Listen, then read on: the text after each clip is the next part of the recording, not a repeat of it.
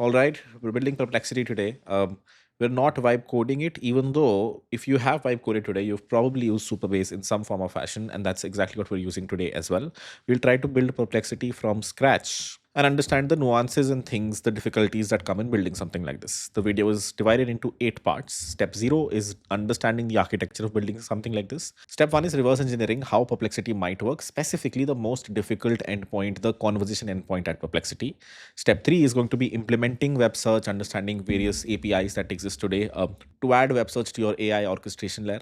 Step 3, we'll initialize the database, understand the various approaches of using a database if you want to use Superbase. You can directly connect the client to the database if you want. If you want, you can go through a server. We'll understand both of these approaches. Step 4, we'll write the schema of an application like this. Step 5, we'll add authentication. We'll support login with Google and GitHub. We'll use Superbase auth for this as well. Step 6, we'll wrap up the rest of the backend. And step 7, we'll vibe code the front end for an application that finally looks like this. An application where people can come search for a query and we force web search, look at a bunch of sources before we give them the best answer.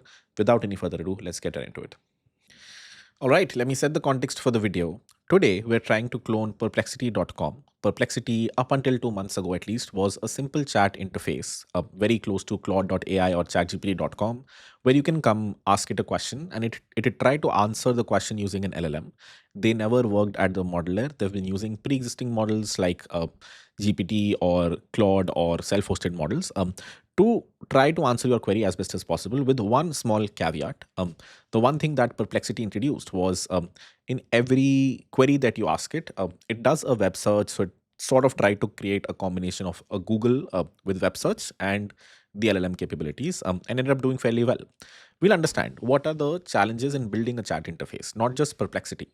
Even if you look at a Claude chat interface, if you ask it to do any complex task, be it creating a website or summarizing the news for the last 2 days, let's say, there's a lot of context engineering that happens at the agent layer before you even touch the model. The input to the model is not as simple as the chat query that you've asked.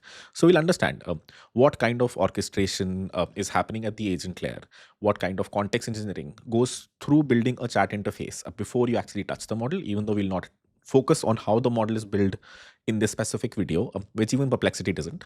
We'll simply focus on what happens at the agent layer to get an output that's relevant for the user and the best output for your end user. The tech stack we'll be using would be one for the backend, JavaScript, TypeScript as the language of choice. We'll use some sort of an LLM, be it Claude or OpenAI, and we'll be using Superbase as our primary data store. We'll use Superbase for authentication. We'll also use Superbase for its vector capabilities if need be at some point today. They're also the sponsors of this video, so thank you Superbase for sponsoring the video. Without any further ado, let's get right into it. Let's get into the architecture. As I'm thinking about this problem statement, it actually seems not too difficult to build. What we want to build is something like Perplexity. If you guys have tried it out, it's a chat interface that you might have seen, in 100 places. A few extra things that it does is if I ask it a specific question, they have very quick suggestions, which, are very close to Google. If you go to a Google and try to search, you get very quick, suggestions on what you might be trying to search. For example, can you give me the best resources to learn, there we go, Java, Python, so on and so forth. If I click on them, there's a lot of things that happen over here specifically for Perplexity. One, the response is fairly quick. Two, almost everything that you're searching is associated with links, which means they do some sort of a web search before they actually give you a response. The web search is also fairly quick. I think if we start to build this from scratch, it'll take us, the latency would be much higher compared to Perplexity.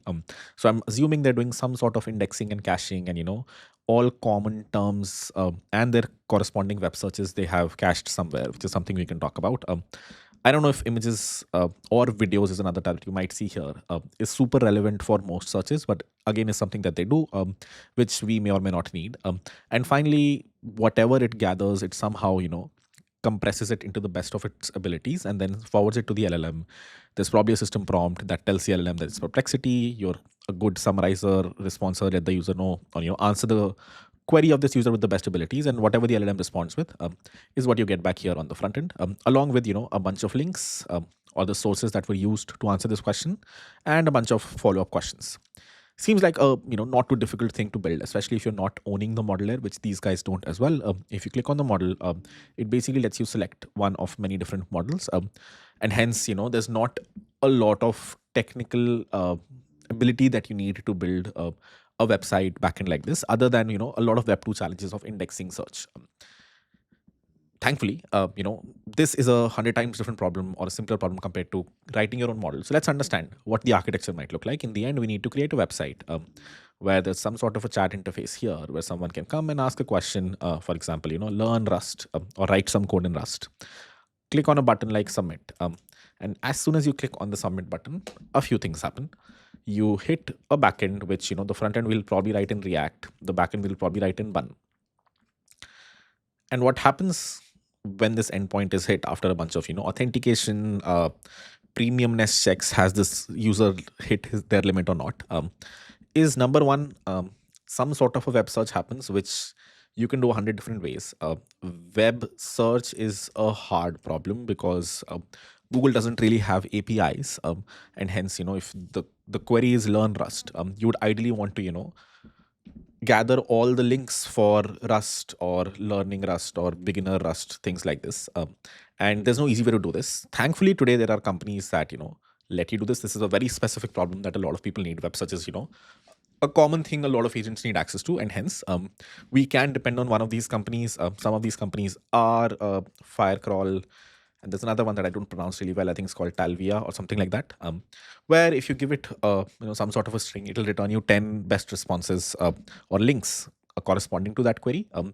And the other good thing that they provide is some sort of a summary of what's happening in this page, because getting the link to learning Rust is one thing. Getting the best textual response from it that can be forwarded to the LLM is another thing. So ideally, we would want this service, could be an external service or in-house, to not just return us the links, but also a summary of what's exactly happening inside those links. Then we can combine all of those, all of that data, do some sort of a context engineering, get the user's query, have some sort of system response, and then talk to the LLM, which in case of Perplexity could be one of many LLMs, be it an OpenAI, a Claude, a Gemini, a DeepSeek, so on and so forth. The final response that we get back is what we'll be streaming to the front end, and then there's a lot of front end magic that happens over here to show the user the best, the response in the best visual format, followed by a bunch of follow-up questions, which you already saw over here. So is it a too difficult of a problem to do? Probably not. Is the architecture too difficult? Not really, if you're depending on something like Firecrawl, which probably is the most difficult bit here. The one thing that we can add, which probably Perplexity does, is they probably have some sort of a database, probably a vector database or an Elasticsearch database, where they've sort of cached the best things that people usually search for. For example, someone might ask, what's the best way to learn Rust? Someone else might ask, give me a Rust beginner roadmap. Someone else might ask, who's the best person to learn about Rust? In all three of these, you probably want to web search for a query like, learning Rust. That's what you'd want to Google. And hence, there's probably a case to be made that all of these responses should be cached somewhere, because web search, one, is expensive. Hitting Firecrawl is going to get expensive, and it's probably not a lot of sense to search the same thing more than once, and makes more sense to cache all of this at a certain layer, unless the user has asked for extremely recent data. For example, if the user asks for give me the news in the last 2 days, it would probably make sense to keep hitting this layer again and again. But if the user is asking something like this, learning Rust or Rust resources, might make sense to cache this at some sort of a vector DB layer, get the response directly from here, and not actually hit something like Firecrawl and save some credits and time over here. Latency is probably one big factor in building the best chat UI. So we'll figure out what might be the best place to cache the search responses or index them, so that over time you're not hitting this external service too much. That looks like a decent enough architecture for the main endpoint. Then there are basically a bunch of auxiliary services around authentication, payments, credits systems, making sure only premium users have access to XYZ, which shouldn't be too difficult, fairly simple full stack challenge to finish without any further ado. Hopefully the architecture is clear. Let's start by probably building the most difficult layer over here, which is going to be this web search endpoint, or this /chat endpoint, or call it the /conversation endpoint. As long as this is able to perform well, if there is decentish latency here, we're able to hit external services, get the response cached from time to time. I think everything else should just be, a lot of pizzazz on top of it, which should be easy enough to add. Without any further ado, I think let's probably get right into the project. Let's initialize a new React and Bun project. Let's create a new account on Superbase, and let's try to explore what all services we'll need to, finish this project end to end. Let's get into that next. All right, let's begin by initializing a fresh project. Let me call it per Perplexity. I'm going to introduce two folders here, a backend and a frontend. We may or may not need a third service called the indexer. We'll come to it when we come to it. Let me open cursor. Let me open the project over here and initialize a fresh bun backend. Right now I have two empty folders, a backend and a frontend. Eventually we'll have a React project initialized here. For now, I'm going to go into the backend folder, do a bun init, and open the index.ts file where we're going to pretty much build the first version of the difficult endpoint, the difficult endpoint being the conversation endpoint. Let's start off with the bun add express. Let's do a import express from express const app equal to express app.listen 3000. I also need to add the types for express, and now the red squiggly should go away. And let me introduce the first slash conversation endpoint. Here we're supposed to do a few things. One, we want to get the query from the user.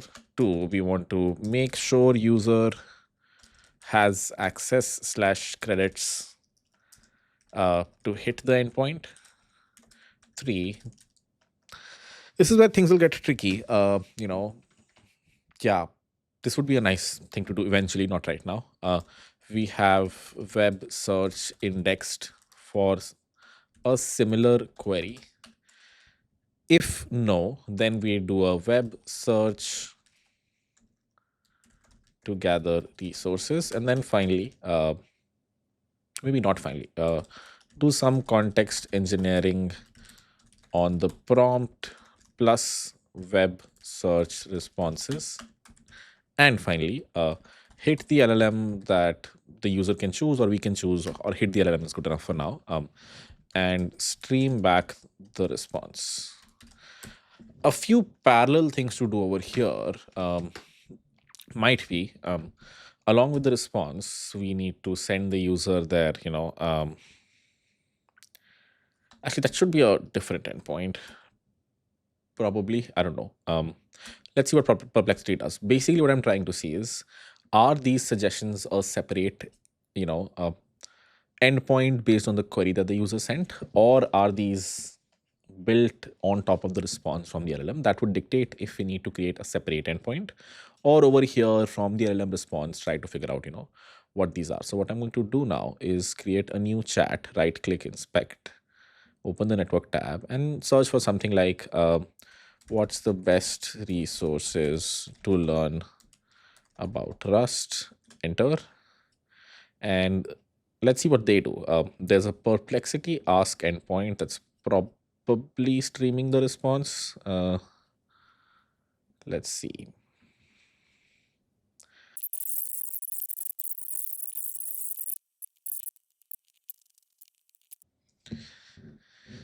There's some endpoint that's returning these resources, these sources, as well as these follow-ups. I need to figure out what that endpoint is. Oh, there we go.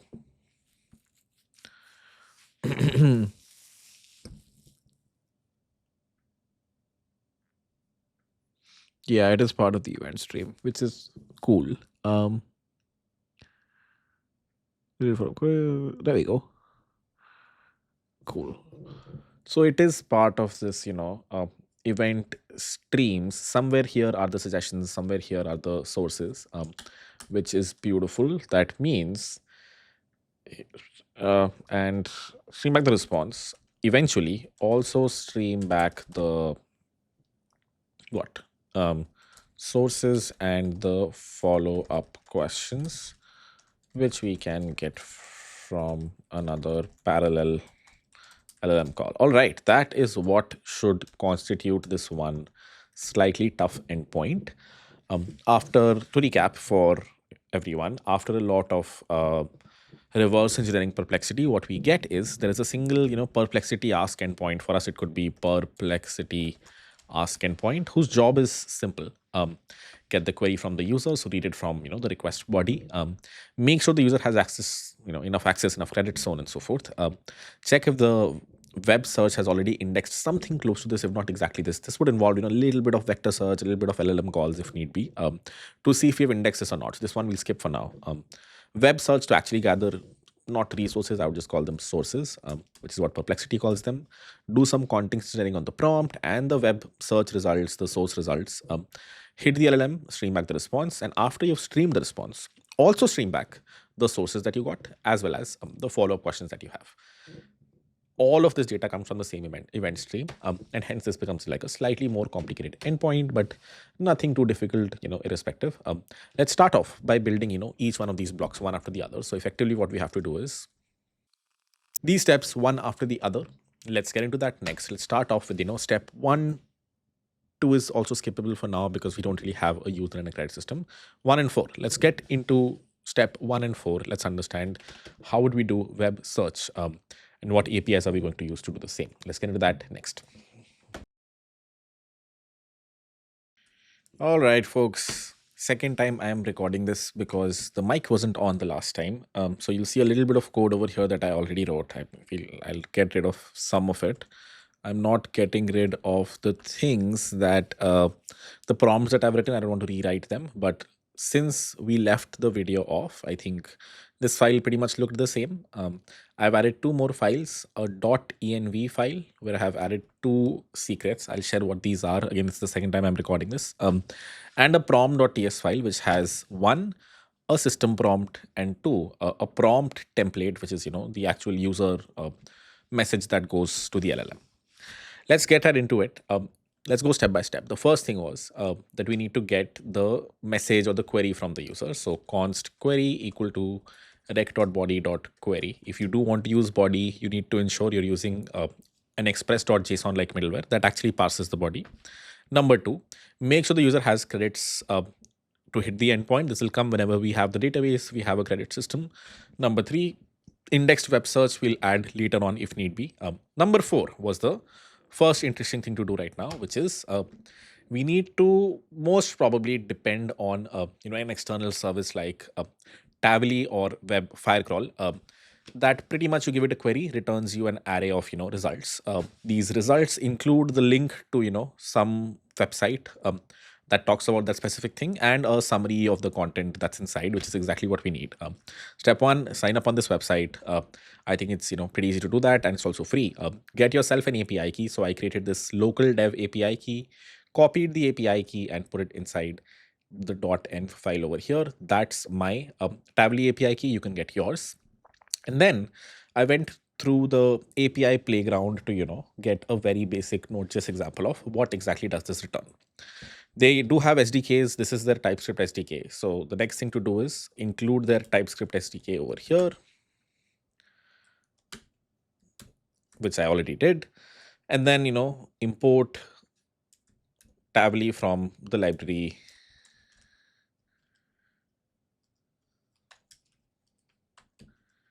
Create a new client with your respective API key.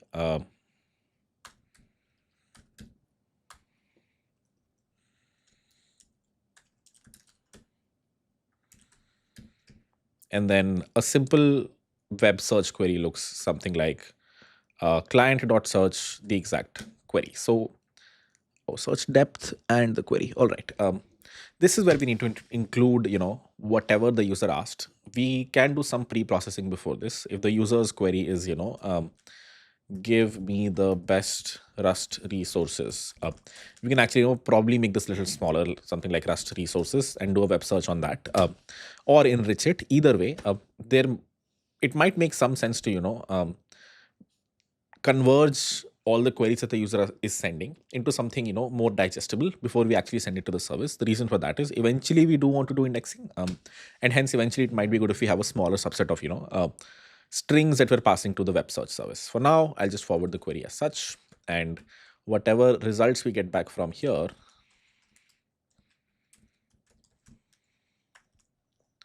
we now need to put inside the prompt. I think that is good enough.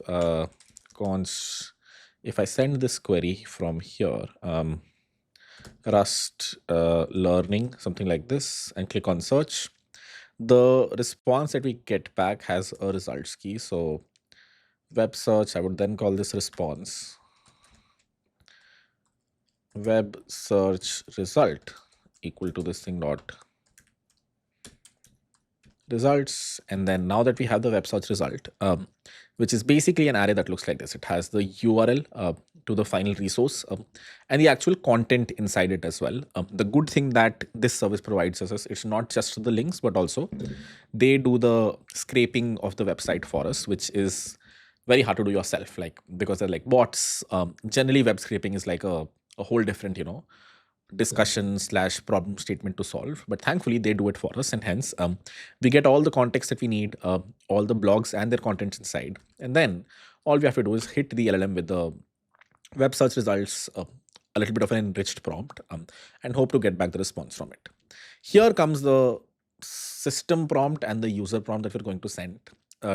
I wrote this a while back when I was recording it before when the mic turned off. This is what I've come up with. You can make it better. What I've done is you're an expert assistant called Perplexity. Your job is simple given the user query and a bunch of web search responses. Try to answer the user's query to the best of your abilities. You do not have access to any tools. So this is just to make sure, we're not doing web search again at the LLM level. You are being given all the context that you need, and you just have to simply answer the query based on, the model parameters, no tool access, no MCP access. You also need to return the follow-up questions. So one thing about Perplexity, which we saw a while back, was that if you ask it a question, it also returns you, a bunch of follow-up questions that they'd expect you to ask, and hence these questions also need to be built by the LLM, and hence we sort of need some sort of a structured response from the LLM. One, the full answer to the thing, and then two, a bunch of follow-ups like these. And hence what we're doing is we're letting the LLM know, okay, it needs to return us the response in a specific JSON format. We will enforce this later also when we do the actual LLM call, but we're also putting this in the prompt so it knows it. Okay, the final response that it needs to return has to be in this specific format. We've also created a prompt template, which basically is a string. This is what actually goes to the LLM. There is a system prompt that goes, and the actual user message looks like this: web search results with the right spellings, and all the web search results that we got from all the service that we're using, or if we get it from VectorDB eventually, we just dump all of them here, followed by the user query, which will be the exact thing that the user is searching for. For example, I want to learn Rust, something like that. Copy it and import it over here. Now comes the question of how do you hit the LLM? There are various ways. You can hit the LLM API. You can use something like OpenRouter. The one that I've been using recently is the Versal AI Gateway. It makes things a little easier. They don't charge you a 5% kicker just like OpenRouter does. Hence, I think it's like a good middle ground between the LLM APIs and OpenRouter. So what you have to do next is, unfortunately, you do have to put some credits, in your whatever LLM provider. In my case, the Versal AI Gateway. I have $5 in it. And hence, the next thing I have to do is create a key. I've already done this. I created the key and put it inside the .env. So this key that you see is the API key to my Versal AI Gateway. I should probably get rid of this by the time the video releases. And next up, I went to the quick start section over here and tried to figure out how exactly can you hit the LLM using the Versal AI Gateway. Thankfully, not thankfully, like good or bad, I don't know, but there is an example over here using the Versal AI SDK. So these are two separate things. This is the Versal AI Gateway, which is their OpenRouter comparator. The AI library over here is the Versal AI SDK, which works with a bunch of things, including the gateway. We are going to use the Versal AI SDK also and the Versal AI gateway also. AI gateway to talk to the LLM, SDK to easier library that lets you connect to various LLMs. All right, so let's hit the LLM, import stream text from AI. I've already added the 𝗟𝗀 AI SDK, and the system prompt for us is going to be the system prompt that I've already written. The prompt is going to be, I'll just put it here, const prompt equal to the prompt template dot replace web search results with all the web search results that we got from here. We can clean this a little bit, but for now I'm just dumping them as such. Convert it to a string, and also dot replace the user query with the actual query that the user sent, something like this. That's just the textual prompt that we have. That's what we forward to the LLM. I think there is some sort of a key you can put over here.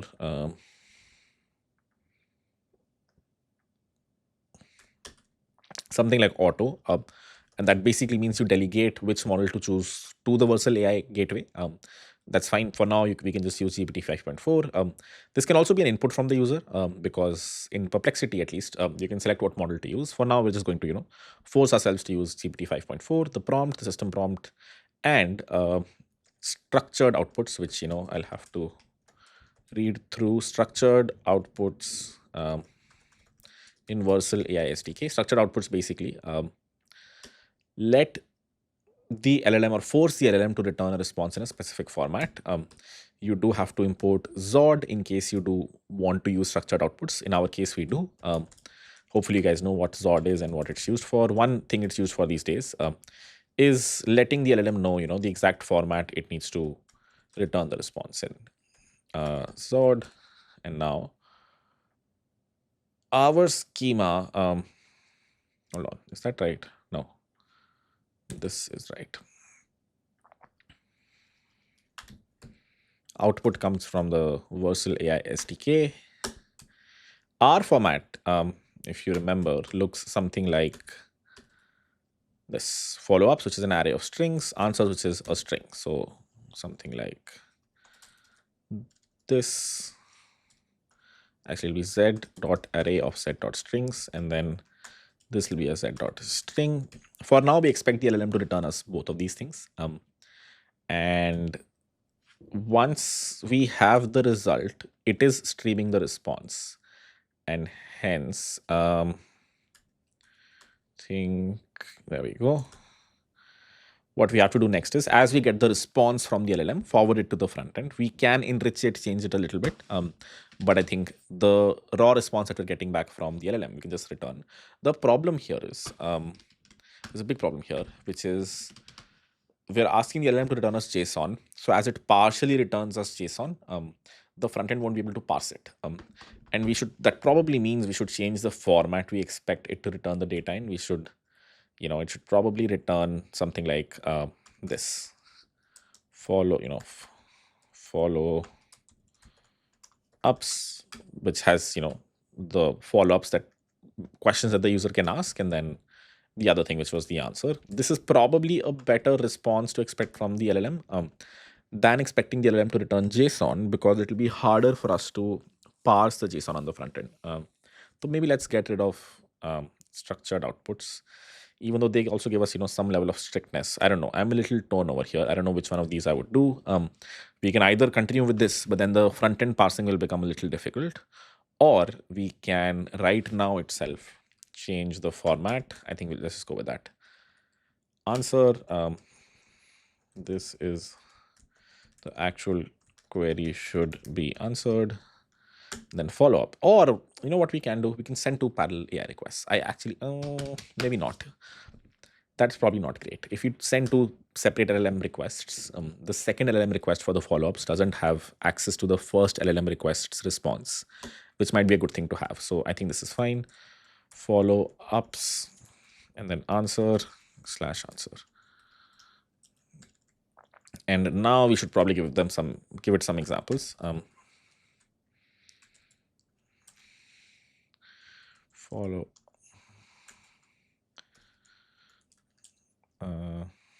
first follow up question / question, and then second, and then third. All right. We should give it some examples. Example query return. I want to learn Rust.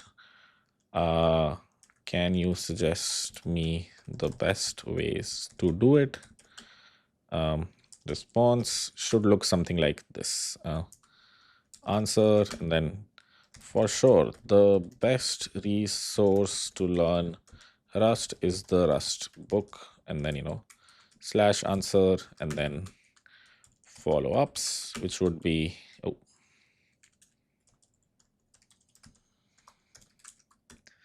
sorry, question,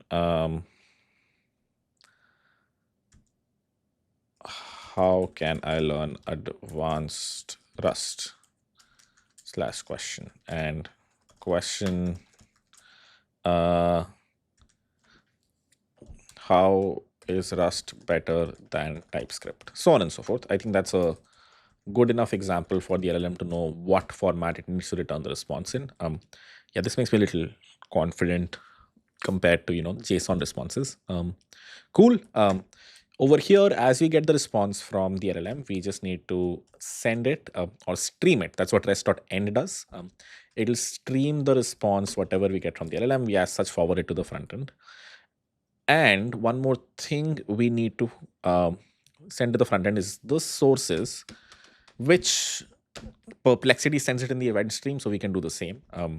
Over here, we can do something like web search results, or results dot for each result rest.end json.stringify result. We probably should send a marker here as well. So rest.end questions or whatever, sources, and then we should send all the sources. Then finally we can do a rest dot. I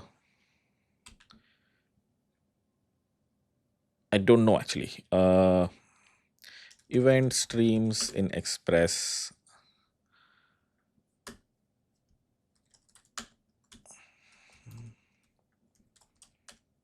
Rest.write and rest.end. My bad. Rest.write is what you use to write to the event stream. Rest.end is what you use to end the request. All right. Or sorry, close the event stream. Cool. That seems to have completed step 1. Step 4. I don't know where step 5 went, but step 6. And then step 7. And then we end the request. Let's see, does it work? Bun index.ts, go to requestly. One thing about requestly is it doesn't immediately return you the response. Even if it is an event stream, it just shows you the response at the end. So we'll wait for the whole thing. And we now get a weird response. And I think that is because I need to send some headers to let requestly know this is, an event stream right before I send the first one. So probably somewhere here. Let's try it one more time. Now, hopefully, we get the exact response that the LLM returns us. There we go. Answer. It starts to answer the question, followed by follow-ups, which is, can you suggest me a step-by-step Rust-like roadmap? Is the first question. What are the best resources other than the Rust book? Second question. Third question, followed by sources. One thing I would do is something like this, and that should do it. It's a weird string to parse on the front end. This thing basically. I think a better thing to write would just be the full result, so it can be parsed. So something like this. Yeah, just send the whole object in one go, and then we can just parse it on the front end. Do we need the whole thing though? Probably not. Dot map result dot link and maybe the image. If it has an image, it has a URL. Does it have an image? Result dot. No, it doesn't. It's fine. URL is good enough. Cool. Let's try it one more time. Let's go back to requestly. Let's ask something else. Golang. I only get language questions, unfortunately, but we can try it for other English questions as well. All right, answer. The best resource to learn Golang is usually the tour of Go, and then followed by a bunch of follow-up questions. Great, seems to work as expected. Followed by the sources, which is an array of these things. Beautiful. That seems to do everything. Maybe one more thing we can do is sort of converge the response to look the same. So rather than doing this, do something like sources and slash sources. And then that should probably just make the response more coherent. Now, if I send this request, the response that we get should be parsable on the front end, I'm hoping. Follow-ups, questions, and then sources slash sources. Maybe just make it capital. Beautiful. I think we're good to go. That covers the first request that you send. Unfortunately, the user can actually send follow-up requests. Fortunately, that's a good feature, not a bug. So ideally, we should have another, endpoint, app.post slash Perplexity ask slash follow-up, something like that. If the user does ask a follow-up question,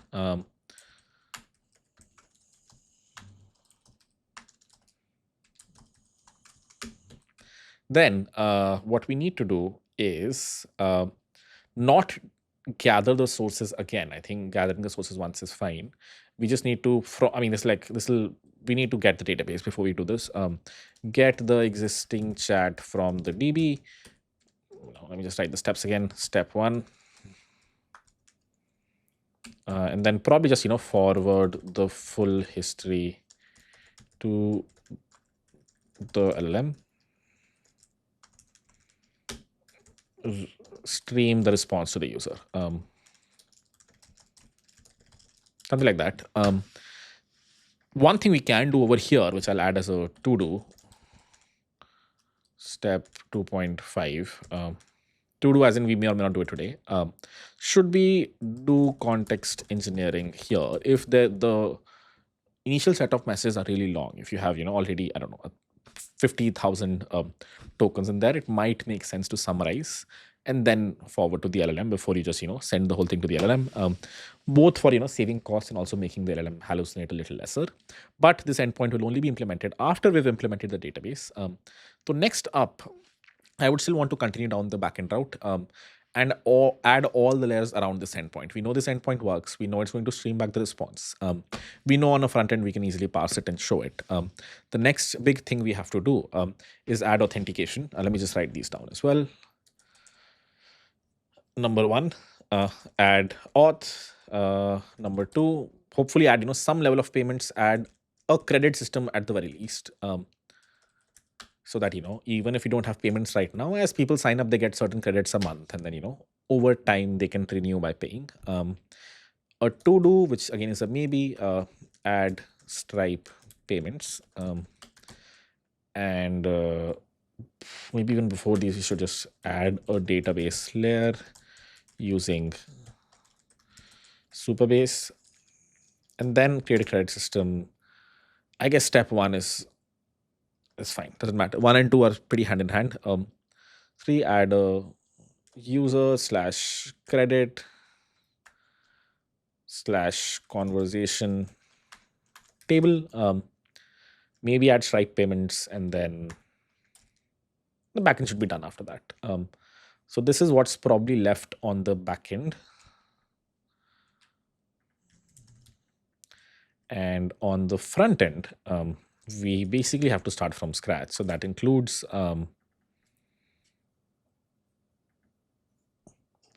number 1, initializing a React or Next project. You can decide, doesn't matter, either is fine. add a login, sign up, pop up using again Superbase auth, and then create a landing page, conversation page. That's it. Honestly, don't think it's like too complicated from here. Let's get into this part. Let's add authentication, the database layer, finish the backend first, then we'll get into the front end. Let's get into finishing the backend next. All right, let's continue and finish the backend. I've quickly written down the endpoints that we're going to need. I think this is like an exhaustive list of endpoints we might need for Perplexity. A sign up and a sign in endpoint. These may get trickier as we, depend on Google or Facebook or generally use OAuth throughout our application. These might change a little bit. For now, I've just kept them here. We might just not even need them if we're using the Superbase auth stack. An endpoint to get all of your existing conversation titles. So, somewhere in the sidebar, you can see them. An endpoint to get any of the existing conversation, the full message history, and, allowing the user to send follow-up messages. This endpoint we've already implemented, and the follow-up endpoint, which we have to implement after we have, database in place. That's all we need for a version 1 of Perplexity. There might be more endpoints as we add subscriptions, payments, but we'll get there when we get there. For now, let's, assume it's a free to use platform. Now comes the most tricky part, which is, creating a database for our application and, storing data, defining the schema, so on and so forth. So the next thing we're going to do is sign up to Superbase. And for now, deal with their database stack. To do that, go to Superbase, sign up, which is what I did as well, and create a new project, which I'm going to call, Perplexity. Create a database password, which needs to be strong. I've copied it and I'm going to paste it in my env for now so that I have it handy. Region where you want to enable it, and it gives you a few security things which eventually we will tweak. For now, enable data API, which would auto generate a RESTful API for your public schemas. I don't think we'll be using a client library. I don't think our client would directly connect to our database, which is something that platforms like Superbase and Firebase provide. We most probably won't be doing that. We'll connect our backend to the database, and hence we may not need this. I'll still keep it handy for now. And automatically expose new tables and functions. Grant privileges to data API. Roles by default, exposing tables and functions. Yeah, this also we might not need. Most probably we'll not need both of them. Both of them are, sort of a managed backend for you, which most probably will not use because we have our own backend and we don't need a managed backend from Superbase. I'm going to create a new project now. So we can disable them later. I'm just keeping them enabled for now.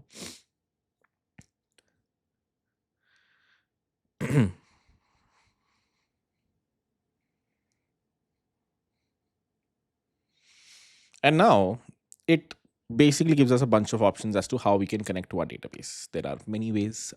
You can use a client library, which means browser directly connecting to the database. We don't want that. A direct connection string, if you want, to use a library like PG or use an ORM, it'll give us a connection string to directly connect to our Postgres database. ORM, which is what we will use today. We'll be using Prisma, and hence I'm going to now install Prisma in our project, define the schema, and then we will slowly migrate our database.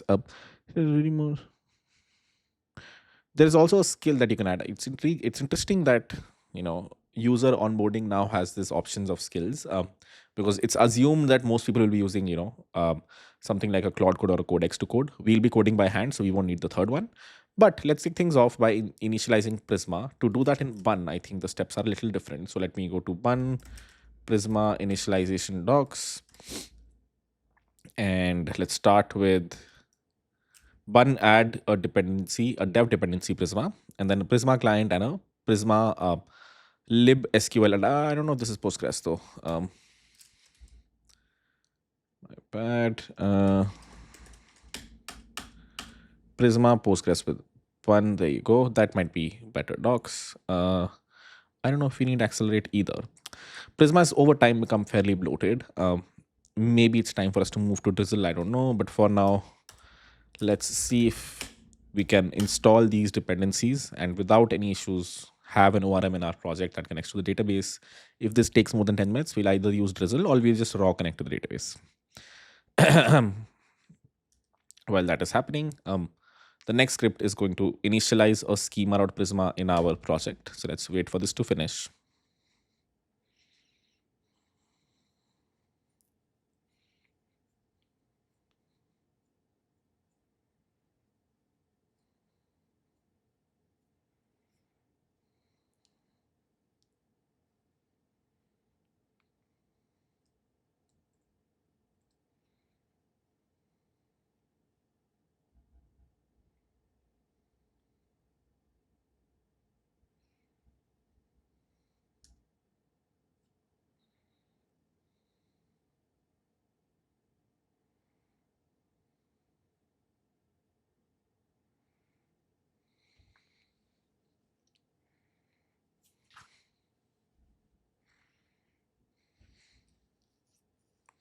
All right, that seems done. Bun prisma init db. We don't want to create a project on console.prisma.io, which means I probably have to remove this flag. There we go. We don't want to use Prisma's cloud offering right now. We just want to use, them as an ORM. Bun mentions a few things here. These might be optional, but it seems like they've, created a new Rust-free client with some Bun optimizations for Prisma. So may or may not make sense to use it. I mean, I'm just going to go with it. And follow the steps that are mentioned over here. You probably will work without this as well. You can use the default Prisma client. Next comes the most interesting part of this video, which is going to be defining the schema of our application. This is usually the only place where you these days have to spend some cognitive abilities. So let's get into this interesting section next. Even though this is a very simple application, so shouldn't be too difficult. Defining the schema of our backend. All right, this is where things might get a little tricky. If we're using Superbase auth, right, the database schema might be dictated a little bit by them. For now, let's assume we're not. So we'll have a users table, which will have an email, which will be a string, and then a password, an ID, which will be a string, and will be the primary key. At ID will default to UUID. Email, and ideally we need providers here because we'll eventually have multiple auth providers like let's see, we'll have, let's say, GitHub and Google, and I don't know what's the pop. I mean, maybe email, but maybe not. Also, this is like a good start for now. ID email provider. Let's say we don't have password, like we have passwordless authentication. Then I think this is good enough. Maybe like a name. Yeah, that's like a good starting point for the users table. Every user will have multiple conversations. So model conversation, which will have an ID, which will have a bunch of messages. ID, maybe like a title, which is a string, maybe like a slug, which is what appears in the URL bar when you open that specific conversation. The title can be AI generated, so can be optional. Initially, it'll be empty, and then eventually the AI can, give back a relevant title for the conversation. That's it. Every conversation will have a bunch of messages. So every message will again have an ID. Oh, conversation will actually belong to a user. So a user ID, which will be a string, and then there is a one-to-many relationship between these, which we can eventually add. ID would be string. Content would be, string again, and then role would be an enum.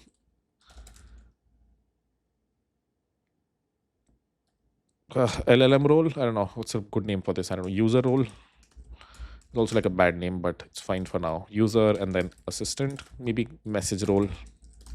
Basically, a message would either be on the left side of the window or the right side of the window, either be sent by a user or an assistant.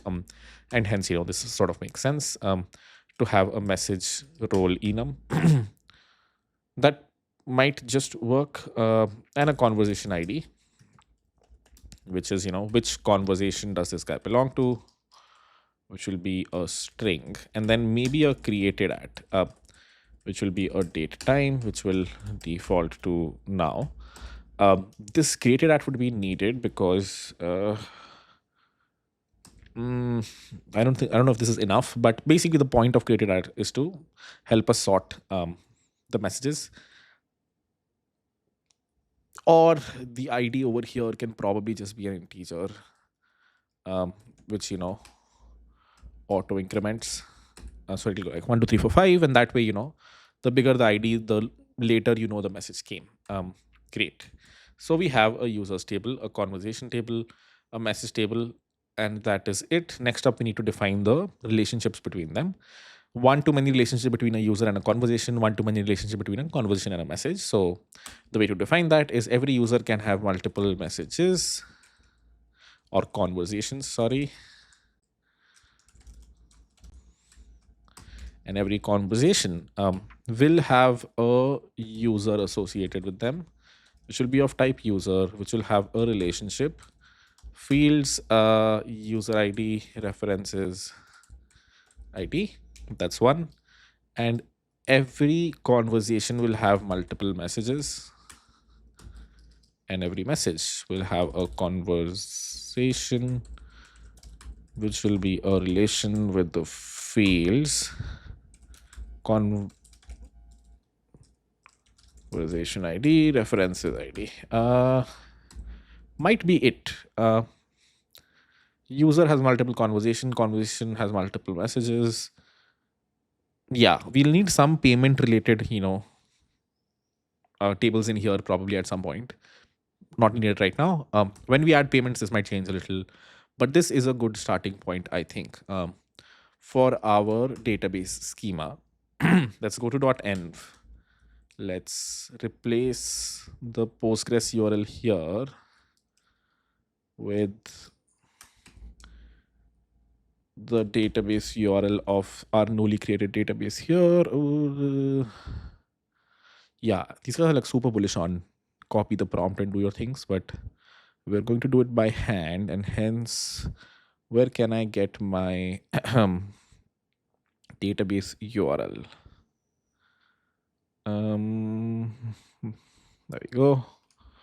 That looks fine to me. So it will be something like this with the password replaced with my password that I created initially. Beautiful. I think that should be good enough to confirm if we can now connect to our database. I will do a bunnex prisma migrate dev, and it says there is an error. Can't resolve database variable .env. Let's go back here. Think we might have missed a step here. Maybe not. Prisma bun. I would, yeah, rather look at these docs. Done.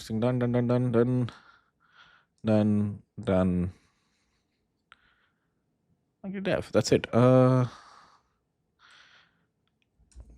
always struggle with this, but there is an easy fix to this, which is when you're running, just export this as a environment variable here. So database URL equal to this thing. What is the error that we saw? The error was that it couldn't find the environment variable database URL, even though it is present in the .env file. So I would have hoped, it would pick it up from there. It did not, and hence, I just in this terminal created this environment variable, and now hopefully I should be able to migrate. Now comes the real issue, which is we can't connect to the database, even though, oh, there are two @ oh, I had an @ in my password. Not sure if that was the best idea. Actually, that's fine, it seems. Still can't connect here. Does Superbase have network access protection? I would assume so. ORM. Man, there are like no docs here. I think I just have to read through the skills and understand how to go through this. Although database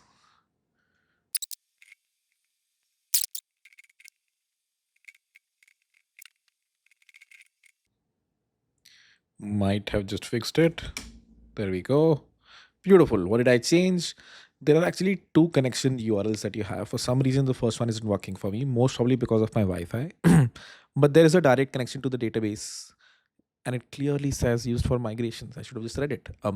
This is a direct URL to connect to the database. If you want to migrate your database, which is what we were doing. But other than that, we should ideally connect to this connection pooling URL.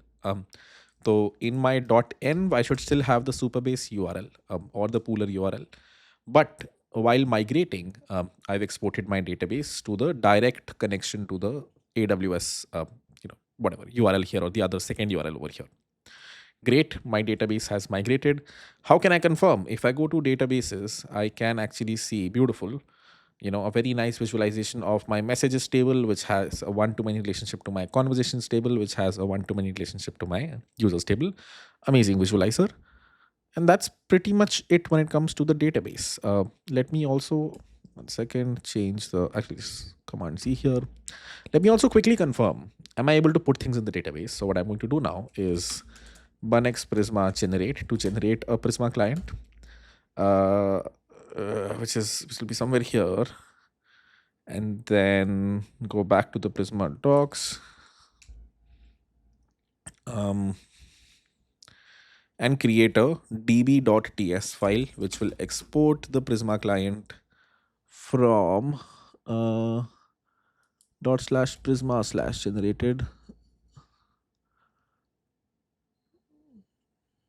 /client. And I don't think I added this, so let me add this as a dependency.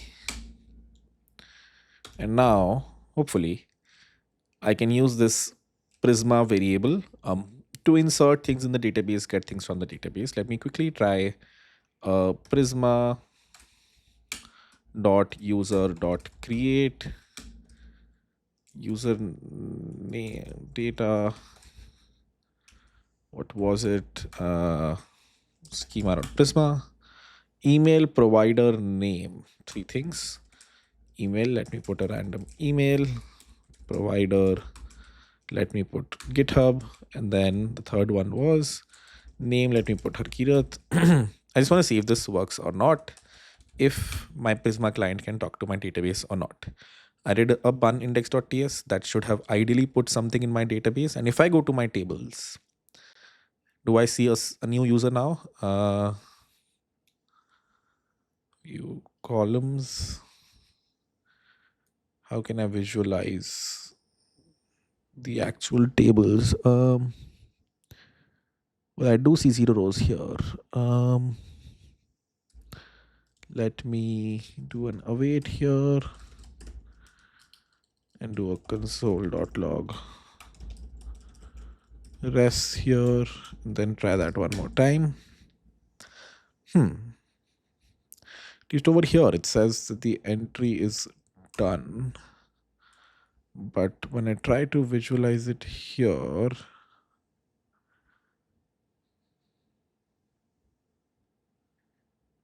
there you go, table editor, users, and I do see an entry here. I don't know what happened the first time, but seems to work. Let me do another entry. And if I go back here,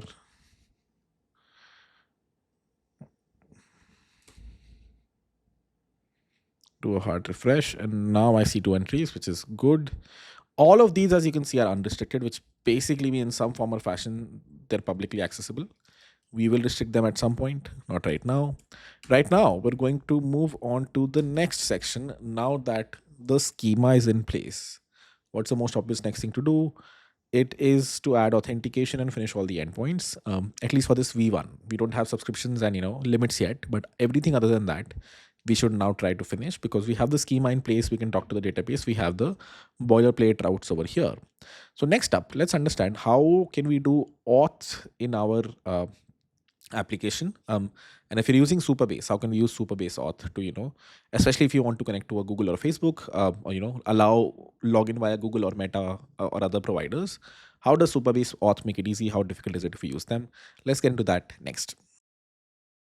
Alrighty, let's get into authentication. Superbase and any other service like this that you look at would provide you login with Google, Facebook, phone number, email fairly easily. So let's go to our I would say providers, and allow users to sign up is good.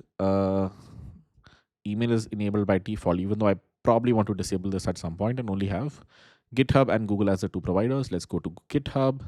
Let's enable, and now I need to create a client ID and client secret for my GitHub, from my GitHub, account.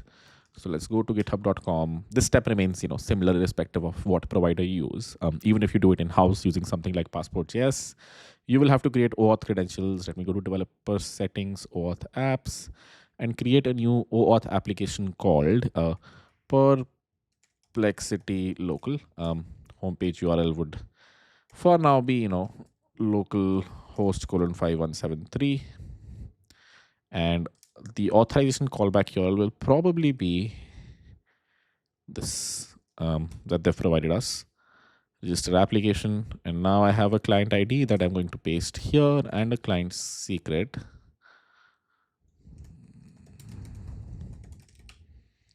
Which I am going to paste here. I might have to keep them handy, so let me just do that. .env github OAuth secret and github OAuth key or ID, client ID. There you go. And save. Cool, that's done. We need to follow a similar process for Google. Let me show that as well. So if you go to Google here and search for Google Cloud OAuth, or just go to the Google Cloud console, search for OAuth over here, select OAuth credentials, and then create a new credential for an OAuth client ID. Ours is a web application, so that's what you select over here. I'm going to call it Perplexity local again. And authorized JavaScript origins is so it gets tricky. I don't know if this will be localhost or will it be this. Probably would be this. This is called, yeah, probably should be this. Actually, maybe not. Let's just add both. So this as well as localhost : 5173, where our frontend will eventually be hosted, and create. And now I have a client ID. Let me copy it and paste it here. Let me have a secret, paste it here, and we should be good to go. We have logged in with Google, logged in with GitHub, logged in with email, 3 providers right now, which basically means in my cursor schema, I can actually, add a third provider here called email, but I actually want to disable it. I don't want login via email. I simply want login via GitHub or login via Google, only 2 types of providers. Now comes the next section. Hold on, we have GitHub enabled. We don't have Google enabled for some reason. Why is that? Enable, save. We do now. Now comes the question of how do we integrate this to our front end. All right, before we get into that, there is one thing you need to know. As you depend on providers like Superbase, right? There are basically some choices you have to make in terms of where you're storing your data. Are you having your own backend? Are you not having your own backend? Because Superbase, in some form or fashion, is also like a backend as a service. In our case, we have our own backend. We are using Superbase as the database layer, but we have our own users table over here. We have our own users table over here. But when you're using Superbase authentication, what happens is as users come to our front end and they sign in with Google or sign in with GitHub, they will eventually get logged in. On the front end, they will receive some sort of a token that eventually can be used to talk to our backend to identify themselves. That is almost standard procedure. The only difference is there is no need of a sign in and a sign up endpoint here. All of that sort of happens directly with Superbase. The only thing is, as the user does sign in via Superbase, you have a token. You can access a token over here, which is very equivalent to a JWT token that you might issue from your own backend. And that token can talk to our normal backend. When I say normal, I just mean, backend that's maintained by us and not maintained by Superbase, so that we can authenticate the user over here. The one small caveat which you will always see when you use something like Firebase or Superbase is that they maintain their own set of call it like a users table. The authentication part is sort of separated from the database part. The authentication part has a list of whatever users, which is totally unaware of the fact that our database also has a users table. We have a users table over here in the database, and unfortunately the authentication also maintains its own list of users. So usually it is a good idea to do a two-way sync between them. As people sign in or sign up on your platform, it makes sense. Okay, right after the sign up, the user should probably sit in your users table as well. That's one way to go about it. The other way to go about it is simply get rid of the users table over here. But then the problem that comes with this is the strict one-to-many relationships that we have can no longer be maintained. And the user ID over here, this one represents like the super base user ID, which is like a good thing, a bad thing, I don't know, but generally not something I'd prefer. I'd want all of my data to be in the same database, and hence I would probably add another field here called super base ID, and do a two-way sync between this super base users section, that is this section right here, and my database. And this is general flow you follow if you outsource authentication to any provider like this. Cool. Given that we know that, how do we implement this? So here I think at this point we might have to start to write a little bit of the front end code. Why? Because auth primarily exists on the front end. There are a few buttons that you click, you sign in. Right now we really want to see, okay, are we able to sign in? Do we see the user over here in Superbase sys auth section? How can we do a two-way sync, which will be a whole different discussion. We'll have to understand, is there a way to do it? There's some concept of a webhook that can be used. Okay, whenever a user signs up, the entity reaches our database as well. And then lastly, we have to check, can the front end talk to the backend with some sort of a token, so that the endpoints that we have, which is these, if I remove these two, which we don't need anymore, then the rest of the endpoints are actually authenticated. So how do we actually authenticate incoming requests is the next thing we need to understand. Let's start by initializing a simple React frontend and adding some level of a login with Google, login with GitHub button over there, seeing if we're able to log in and actually see the users over here. Then we'll get into the two-way sync part. So we already had probably a frontend folder. Let me simply go back and create a bun in it and select React as the library here with /CNN and Tailwind, and I'll let it run.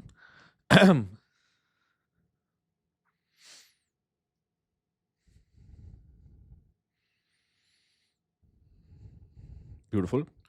Now, if I go to source/app.tsx, let me get rid of most of the things here.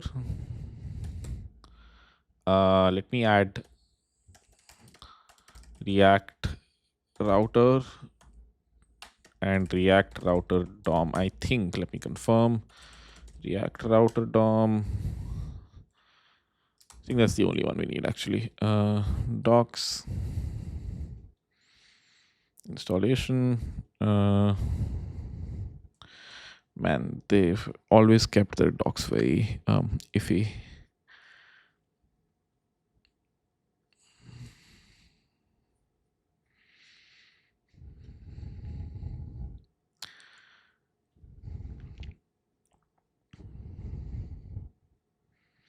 That's it. Bun add React router. I could have sworn it's React router DOM, but maybe not. Followed by import browser router here. And let's add a bunch of pages now. The first one is going to be so routes, I think, followed by a route.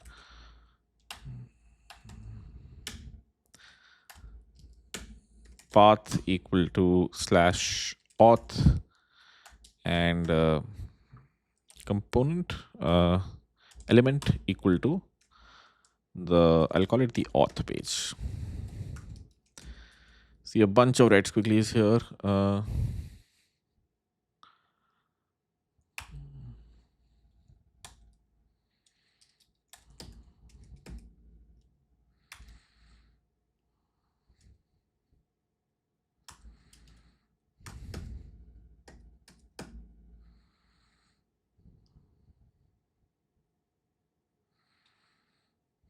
Oh, my bad. The comma over here.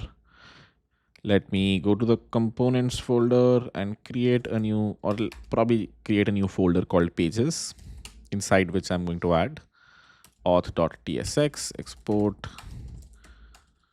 default auth, return div. We need two buttons.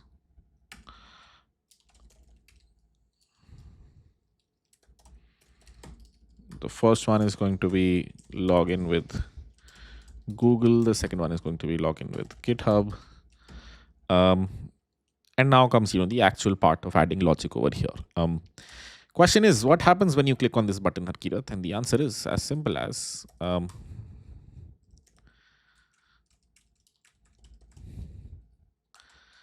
using the Supabase client SDK.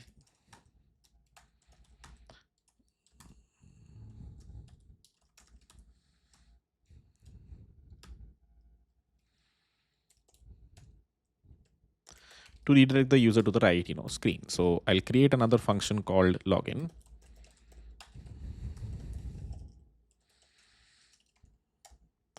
And here, now we have to, basically outsource most other things to the Supabase SDK. So if I go to the Supabase docs now, to sign in a user using OAuth, number one, I probably need to do an installation of @supabase/superplace.js. This is a client-side library, can be added to the front end. So let's add that.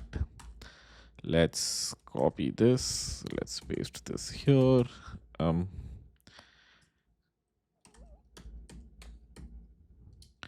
And we need like a Supabase URL and a client key over here, which we can find somewhere in our dashboard. We need a client key. So probably need to click on framework over here. In our case, we're using React with bun, but Vite is also fine.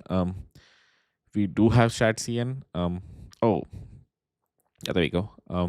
We already added that. We already added this. We did not add this. So let's quickly add.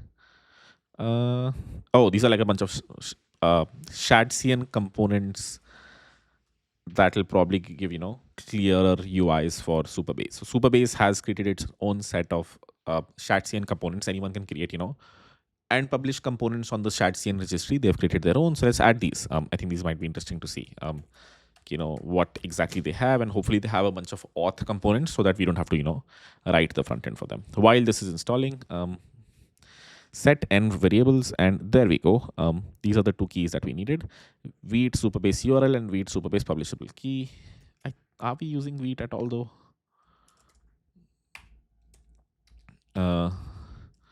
Thing is, we're not. We initialize the React project using bun, but let's see. Oh, there we go. So I'm not sure if this will work in the first go, but hopefully will. And again, they don't really give anything more here. They simply, point you to the skills. But this is what I needed, honestly. Exactly what I needed. Go to block, continue with GitHub. So what I need really is component. That looks easy enough, actually. This is just a UI component, so anyways, doesn't really change much for us, does it? Yeah, that's fine.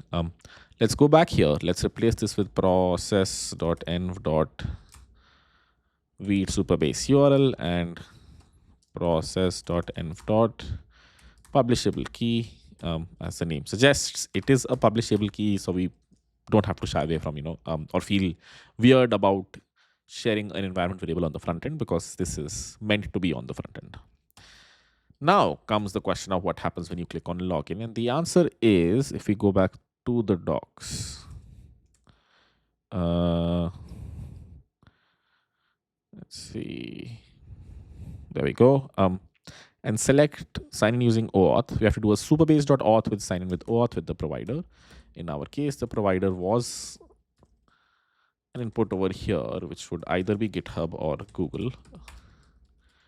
And hence, hopefully this just redirects the user to the right place. Const data comma error equal to this thing, and if there is an error, then whatever, alert the error for now, error while signing in. But if everything is good, then you're good to go. Probably alert something like signed in. We'll make the UI cleaner eventually, but for now I hope this is all that we need to at least make the user sign in on the front end, which was this part of the equation. Basically all of this actually.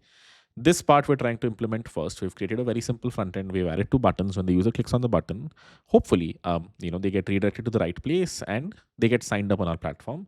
Their browser signs into the platform. And they can, after that, use whatever functionality we expose on our backend.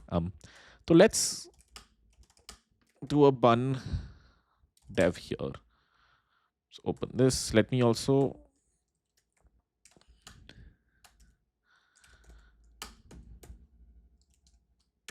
restart. And now, how do you do environment variables here? I'm just going to paste them for now. Let me do this. Let me create a new file.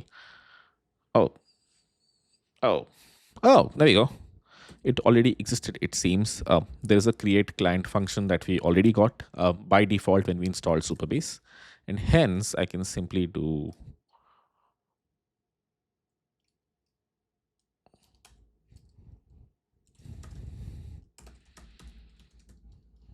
something like this. Beautiful. Now let's try it one more time. And again, we see an error. Category undefined. Import dot that's the thing, right? How do you do env variables in bun? Bun underscore public underscore something. All right. So let's replace both of these with these. Let's go to .env, replace these with these, and then go to client.ts and replace. Okay, that's a good question now.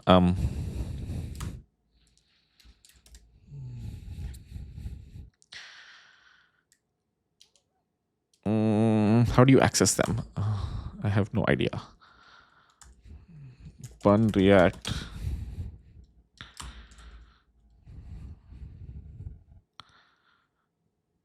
Process.env, is it? Okay. I am hopeful. Let's see. Bun dev. Go back here, refresh, and again, there's an error. Your project's URL and API key are required to create a Superbase client. Your project's URL and API key, I think I provided them here, right? So most probably they don't exist. Yeah, it's empty. We will come back to this. For now, I'm going to go with the ugliest approach of doing this and this, just defaulting to these from our prod systems. Refresh, and now I still see some error.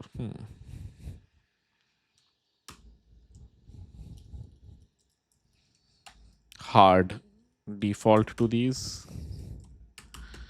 And now, hopefully, on the auth page, I see 2 buttons. Great. Beautiful. Now, if I click on login with Google, it says signed in a little too quickly. But okay, it redirected me to some place, which is great. Let me log in via my email here. And now, am I logged in? Let's see. Seems like we might be. If I go back to app.tsx and create another page, which will be the default / page where the user will see their conversations. So I'll call this a dashboard page actually. Let me create a new page called dashboard.tsx, export default function dashboard, where I just need to see is the user logged in or not, which again you can do from the Superbase client. So const base equal to create client followed by I'm assuming something like Superbase dot auth dot get user. Let's see. Look at the docs here. Get the user claims. Superbase.auth get something. So we okay. I'm assuming there's a React library that exposes hooks for these things as well. Maybe not. View effect const user comma set user equal use state. Let's start with null, and then here I'm going to do a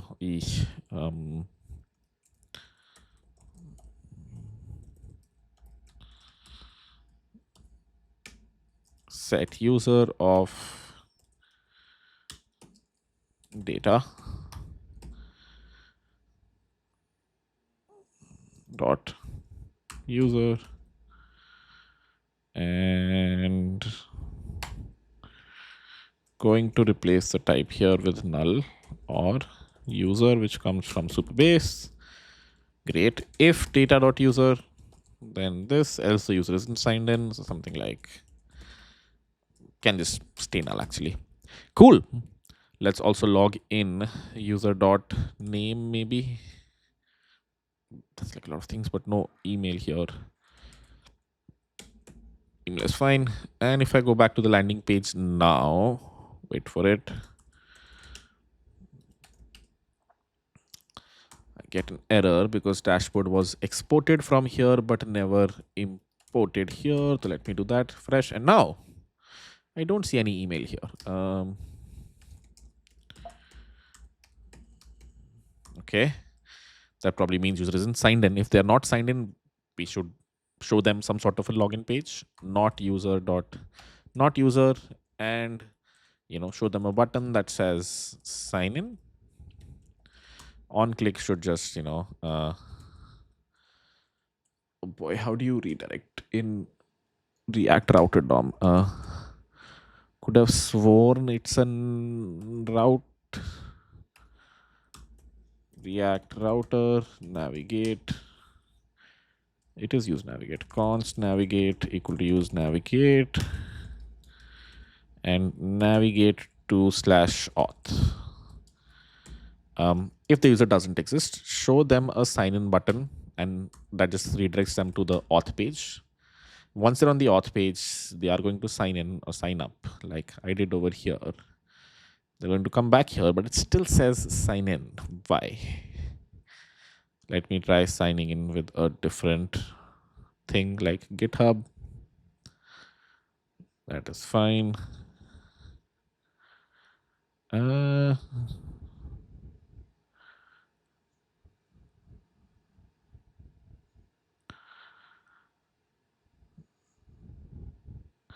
we go, authorize. And again, even though everything looks good, I don't really sign in. Why? Probably something that we've missed on the front end. Let me debug on the Superbase dashboard, but let me debug in a second here.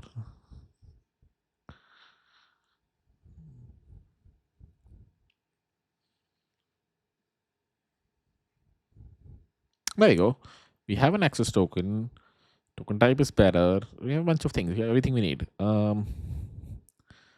Why would it still say I'm not logged in unless I'm missing? Oh, I've never called the getInfo function. I'm such an idiot. There we go. And now if I refresh, there we go. I am logged in as 𝗟𝗶හි𝗸𝘀@gmail.com. If you are logged in, probably show the user, another function to log out, which is something that I would like to implement. Button log out on click equal to Superbase dot auth dot sign out, and then set user to null. Something like this. All right. We make this better with a few libraries like React Query, which I don't want to introduce just yet. But now I have a website where if I come, I will see a logout button. If I log out, I will see a sign in button. If I sign in, it'll let me sign in via GitHub or Google. Let me remove the alerts. They're not doing much here. And once I'm signed in, if I want, I can log out again. Beautiful.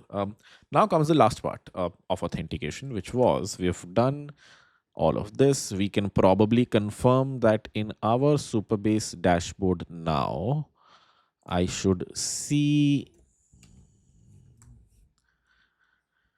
a few users. If I go to the users section or auth section, do I see 2 users? Yeah, there we go. Ҳرکیرت Singh.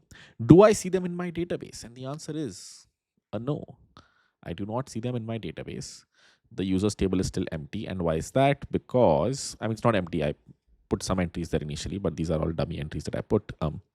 Let me delete those actually, if there is an easy way to do it. Yeah, now we need to implement a few things. One is this two-way sync that I talked about, and two, we need to understand how can the front end talk to the backend, and it can ensure that the backend can ensure that whoever is sending the request is 𝗟𝗶ৃh@gmail.com or is someone else. This is where we'll have to look at the docs again, but I'm assuming this shouldn't be too difficult to implement. All right.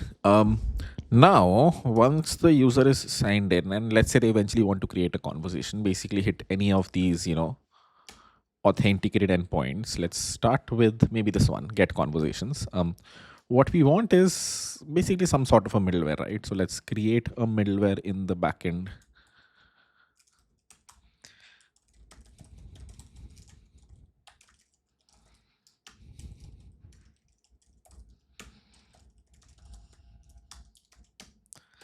The job of this guy is whenever a user sends a request from the front end to us, they're going to send us a token, and we're going to check with Superbase, is this user logged in or not? What is their user ID? So the next thing we have to do is basically install the Superbase client here in the backend as well. Have a very simple, similar create client function that existed here, probably in a client.ts. But the difference is, I don't know about SSR. This is good. Create client. Create client.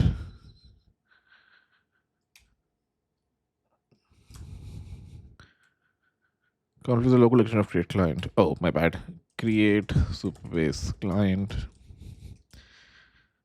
The inputs that this guy takes now is probably going to be the URL, but also an admin key. Thing is, the backend should have more privileged access to the database as well as this thing right here, compared to the front end. The front end lets the user sign in, but the key that we're using on the front end, if you look at the client.ts here, is a publishable key, which means if everyone has access to it, it is fine. The backend though needs to be a little more privileged, and hence the key that we pass over here is going to be some sort of a secret key. So if you look at the API keys section, you always have a set of publishable keys and a set of secret keys. The secret keys have a lot of access. Like right now, our database is open, so everything has every access. But eventually, we're going to close the database, and hence the secret that we pass over here, this one right here, will provide our backend more privileged access to Superbase compared to the front end, which will have slightly limited access. I'm assuming these arguments are correct. I could be wrong, but let's confirm by going back to middleware.ts and creating a new client.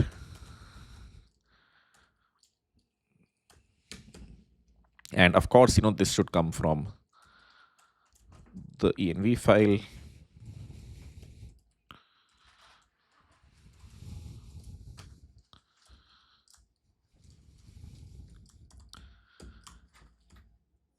Now, if I go back here, what is going to happen is the user is going to send us a request, and in some sort of a header, they're going to give us a token. Let's say the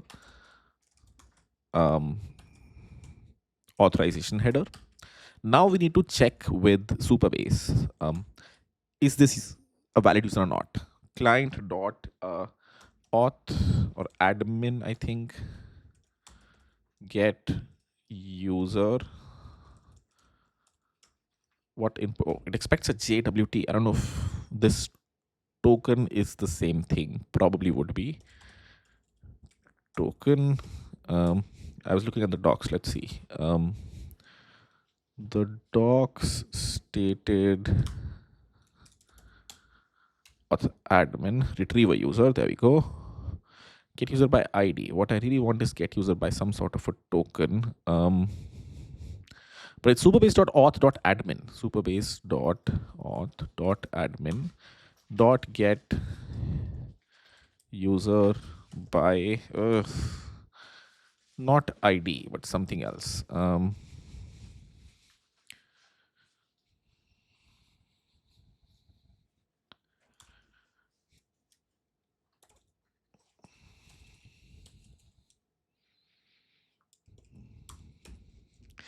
This might be but this is like a front-end endpoint. I don't know.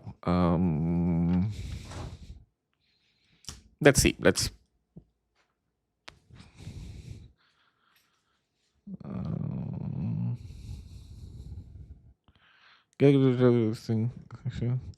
no, what we have is an access token. We need something else. Dot admin dot. There's just two things. Get user by ID.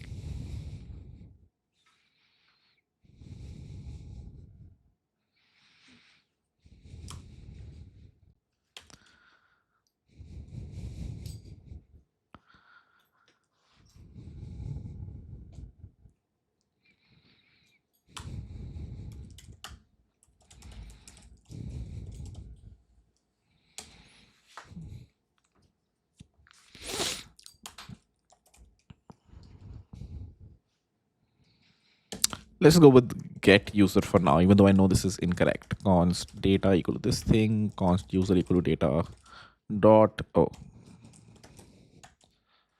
data dot user dot some ID.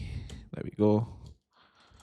And then we can set a rec dot user ID equal to user ID, call next only if this exists. And if it doesn't exist, we let the user know that they have, incorrect credentials or whatever. So something like rest.status 403.json message incorrect inputs, something like that.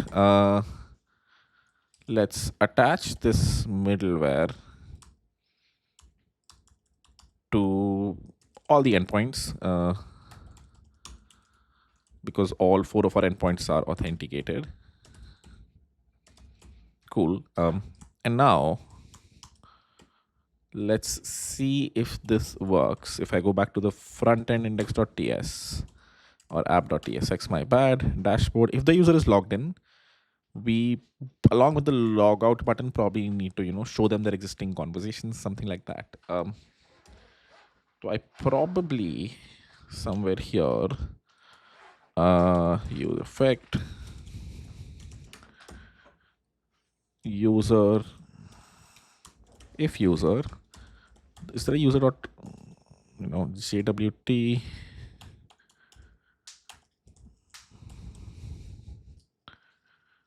No. Const token equal to await superbase or client or superbase dot auth dot get claims should probably be it. Oh no. Get user identities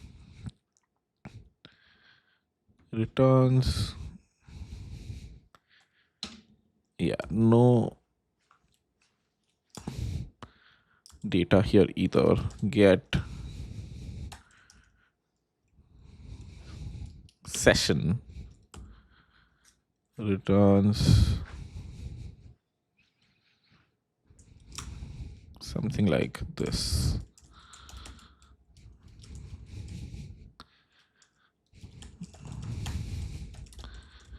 get existing conversations. And here, session dot, I see an access token. I don't know if this is the JWT. Probably, oh, the access token JWT. My bad, it is a JWT. So hopefully this is the right thing that we need to send to the backend. If I do a bun add Axios, import Axios from Axios. Here, I probably want to do axios.post, whatever, the backend URL. Let me create a config.ts here, export const backend URL equal to this thing, local host colon 3001. Let's say that's where we're going to host our backend. So let me change the port here to 3001. And now if I do a slash conversations get request with a bunch of headers, specifically the authorization header, which has the JWT. Now we need to see, does this request go or not? Is it authenticated or not? So on and so forth. Response equal to await of this thing and followed by response.data. All right. And if I go back to the backend, I probably want to do a rest.json, rec.user ID here. Something like this. Cool. Cool. Let's restart the backend. Let's start the front end.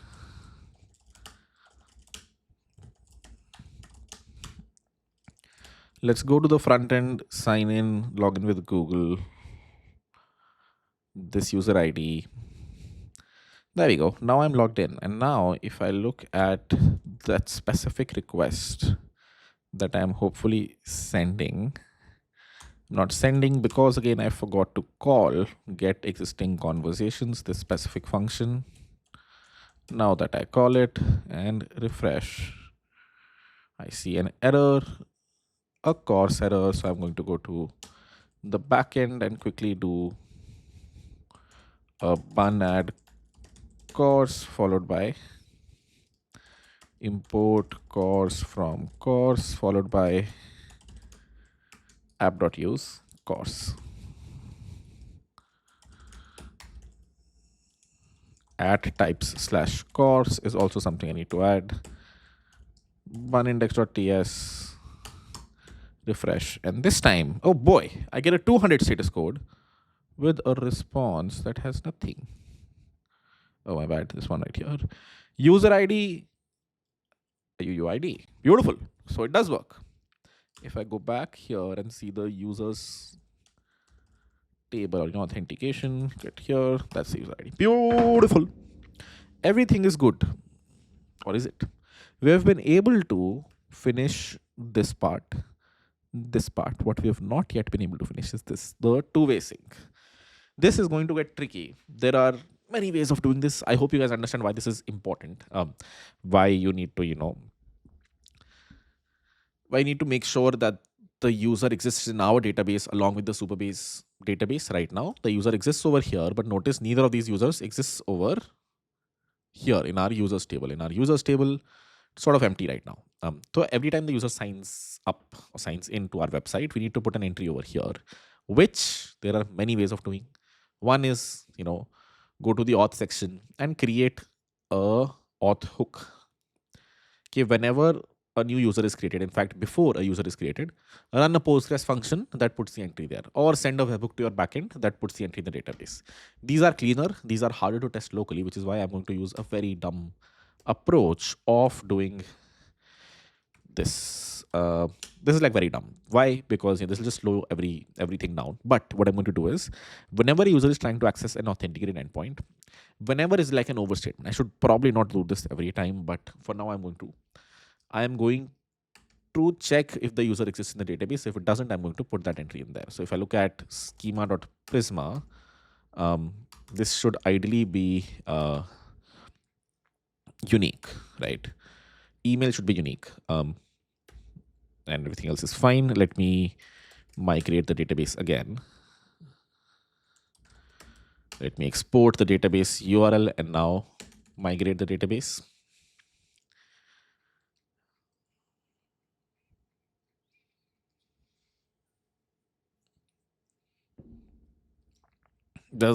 Okay. Oh, I should have said yes here. I pressed enter a little too quickly, so I'm going to wait this time. What it's telling us is that if there are existing users which have, two users have the same email, it'll cause a problem. But we know there are no users in our database, so it's not a problem right now. Add unique constraint. Now that this is applied, what I'm going to do is something, I don't know. Again, as I said, fairly dumb. There are better ways to do a two-way sync. The thing that I'm going to do is, now that I have the user, here I'll simply do await prisma dot user dot create a user with the email, which is going to be data dot user dot email first, or whatever. What's the other thing? Email provider name. Okay, provider data dot user dot provide. Does not provide us that. That's not great. Do we have a name? We don't have a name either. User metadata dot. I'm sure it's somewhere here. I'll log it and confirm. Let me just log the whole thing. Data dot user, and then we'll decide. Let me comment this for now. Let me log data, or just data, the whole thing. Let's restart the backend. Let's go back here, refresh. Let's see. Okay, beautiful, very big object. Data user dot.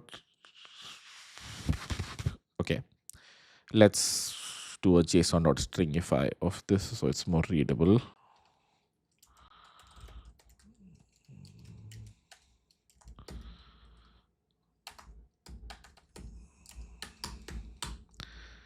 And now it's very hard to read.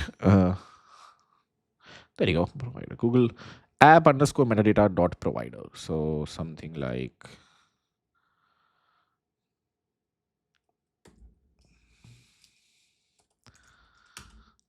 provider. Now, if this is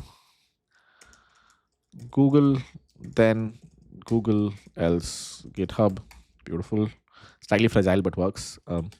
Name. I really need the person's full underscore name. That's good. Exists where? Exists in, if you really look at it, app metadata only. No, user metadata dot email. Beautiful. User. Oh, that's fine. Name. The whole thing. Dot full underscore name. Beautiful. I think that should do a two-way sync for us. Let's confirm. And also put this inside a try class block because this will fail from time to time. It actually is only needed once, which is why I said this is a slightly ugly approach to do a two-way sync. But something we have to do right now. So we just, the leanest one right now. It's harder to test webhooks locally. It's much harder to write Postgres functions, which is why, good middle ground is anytime you get an authenticated request, just make sure the user exists in the database by, just adding them to the database every time. The downside, this is like really slow. So we are doing a bunch of these DB calls, which are not needed. All right, go back here, refresh. And now if I check my Superbase database, my users table, I see nothing here. I don't know why. I should have seen something by now. Users table is still empty. Okay, let's log if there is an error. And let's also then log these three things because most probably the error exists here.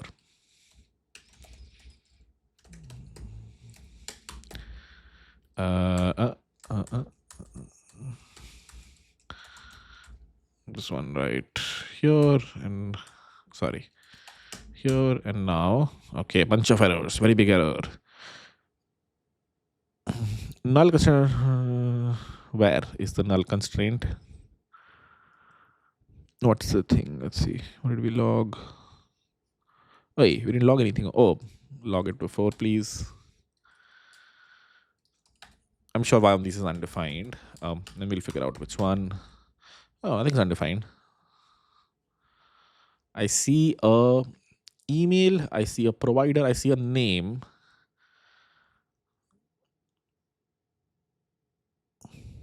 Is there a password in there? Email provider name. Oh, Superbase ID is something that we added. I should 100% add that. Or let's just, because Superbase ID is also UUID, we can actually just do this. Data.data.user.id. And that's fine. It will exist. We don't need that. But if it is there, let me just add it for now. Superbase ID. Oh, I get it now. I didn't regenerate the bun client. I've done that now. And now, hopefully, yeah, there is a red squiggly here, which we will get rid of in just a second. Beautiful. Does the two-way sync work now? Let's see. Manindex.ts, refresh, and now another error. Uniqueness constraint failed, which is fine. It failed the second time, didn't fail the first time. It's supposed to fail the second time. Remove this. We're good to go. Refresh. And if I now open my database and refresh the users table, I see an entry. And the best part is the ID here, the ID here, and the ID here is the same. That will, lead to much less confusion in the future. We are maintaining two sets of users, which is something that will always happen if you use a different auth provider that separately maintains your users, which is fine as long as you're doing a two-way sync. This part right here, we have done that one way. There are other ways of doing it as well, but this was the simplest one for now. Beautiful. Now we have a front end that has auth implemented via Superbase that takes away the pain of implementing a bunch of redirect logic, callback logic from these providers. Number two, we have a backend, our own backend, not a Superbase backend this time, our own backend, where we can write whatever code we want, and the front end sends us a token through which we verify who the user is. Lastly, we have a two-way sync between our database and the Superbase auth. That way, everything is stitched in place, and we can have foreign key constraints in our database because we're maintaining users here as well. Now comes the last part of backend, which is going to be implementing the backend, folks. So can we now finish endpoint number 2, endpoint number 3, endpoint number 4? That's what we're going to get into next. Finishing the backend now that the auth, slightly complicated auth, is done. All right. Recently, I heard something very interesting, which was do the difficult parts yourself, which we have, and offload the easy parts to an AI. Now, the 4 endpoints that we have to implement, I'm assuming, hopefully you guys know what needs to be done here, prisma dot conversation dot find first, where ID is rec dot params dot conversation ID. Return it to the front end. So now that we have done the more difficult post conversation endpoint, the Perplexity ask endpoint, this endpoint, and this endpoint should be vibe coded. I don't know. Depends on you. I'm going to now open Claude, and I hope you guys can do this yourself. I would ideally urge you to do this yourself and finish the backend first. So Claude, now that we have the knowledge how to connect to an LLM, do web search, connect to Superbase, create our own database, do the authentication stack. After everything is done, the last set of endpoints I'm going to ask this guy to do. Can you finish the at the rate of the backend.ts file? Actually, let me just run it dangerously. Can you please finish the backend index.ts file? I'm almost done. Just implement the 1, 2, 3, 4 endpoints perfectly. Beautiful. While Claude does its thing, I'm going to now actually vibe code and eat some food. I'll see you guys in a bit.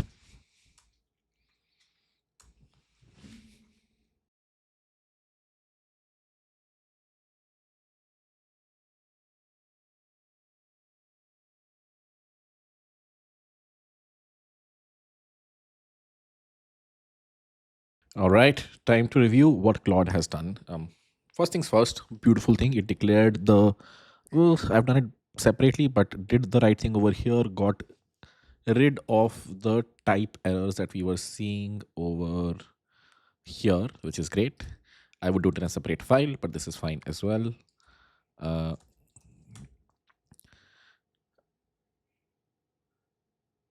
created a slugify function. Again, I would do it in a separate file called utils.ts. One thing I hate about AI is a little too verbose in what it does, which is fine. But this looks simple, straightforward, and correct. That is fine. This looks pass constant get. This should be a get though, right? Yeah, my bad. Everything else looks good. This it hopefully hasn't touched. Let me remove all the to-dos that we had written. This is an extra thing that it added, which is good to create a conversation message first, because in the future we might have to, deal with it a little bit more. The title it created is, just sliced the user query, which I would probably talk to an LLM and figure out a better title for this, but this is fine. Message role is fine. Did the thing, wrote back to the user. Also, source. What is this? Oh, okay. Moved it to a separate function. I think that's good, and that looks fine to me. Everything else is like pretty much close to what we've done already. Yes, but where is the rest dot? Oh, interesting. Does it after, which is fine. Follow up question. Might want to use Zod or something else over here, but this is fine as well. Get the existing conversation. Does a fresh web response search. I don't know if I want to do that. It does, but I think it'll just get expensive over time. It's fine though. If you want to do another web search in the following, like every follow up call, probably shouldn't do it. But let's let it be for now. History of messages, current prompt, send the LLM history of messages, and a bunch of other things. This is where I'd add a to do of maybe do some context engineering here, and then everything else should be pretty similar. Sign. Yep, cool. Seems like it did what it was supposed to do, and we have finally implemented endpoint number 1, get all my existing conversation. Endpoint number 2, get a specific conversation. Endpoint number 3, initiate a conversation. Endpoint number 4, follow up questions on a conversation. Now comes the second part, which is the front end, which again I'm going to wipe code. This, I mean, it would have been nice for us to write some parts of it. We're just running out of time here, but it would be nice to, at least work on the LLM parsing, which now I'm going to offload to an AI. But it would have been nice if we write that ourselves. The design part I would offload to an AI, but if you want to get into design engineering at some point, might make sense to go to the Perplexity website and at least the difficult parts code yourself. When I say difficult parts, I think the chat UI pretty much. What happens when you, oh, not computer, the other one. This chat UI, I think there are a bunch of variations you can create over here, bunch of things we can do, which I have not yet done. Cool. Or I don't want to do. With that, we're going to now ask our guy to, now can you finish the front end as well? Try to be as close to Perplexity as possible in your implementation. Backend is already done. Just need to wrap up the front end. I've also finished all auth related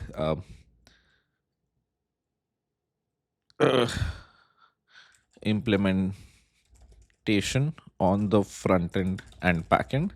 So feel free to look at that before you implement it. Dark mode by default. All right, very excited to see what it does in the first go.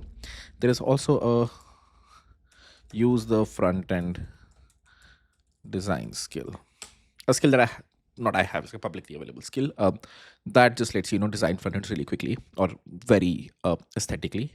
Going to leave it here and let's see what it produces by the end.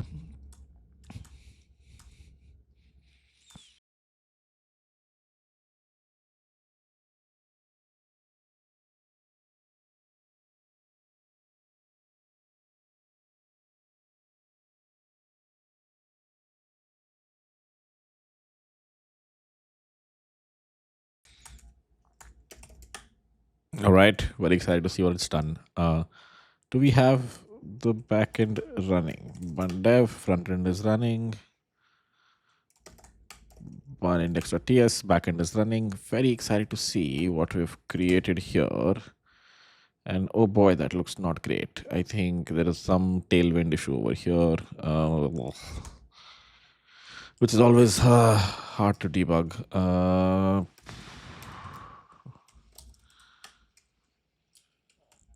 Port size over CSS. I do see these. What could go wrong here?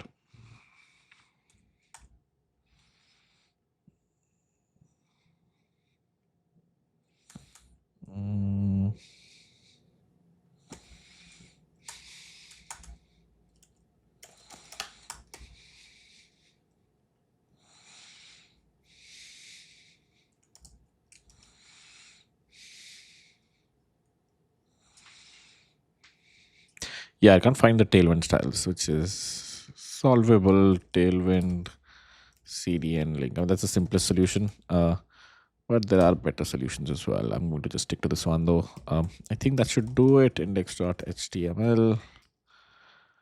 This is not the best solution. There are better solutions to fixing this, but yeah, there we go. I don't hate this. Don't love this either. I was like, okay. Cool. Let's begin. I am going to start with my very first search of explain transformer like I'm a physicist. And let's see what it does.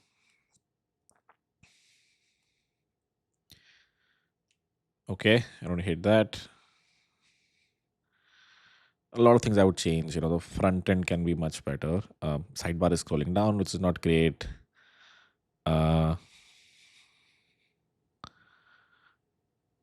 And yeah, auto scroll, standard things you need in a conversational UI.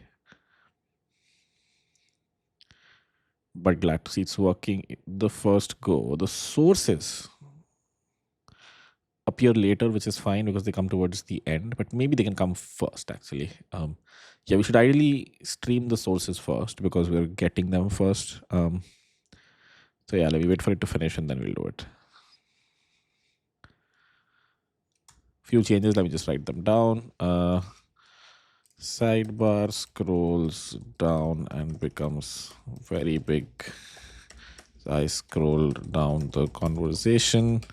No auto scroll implemented in conversation. And then I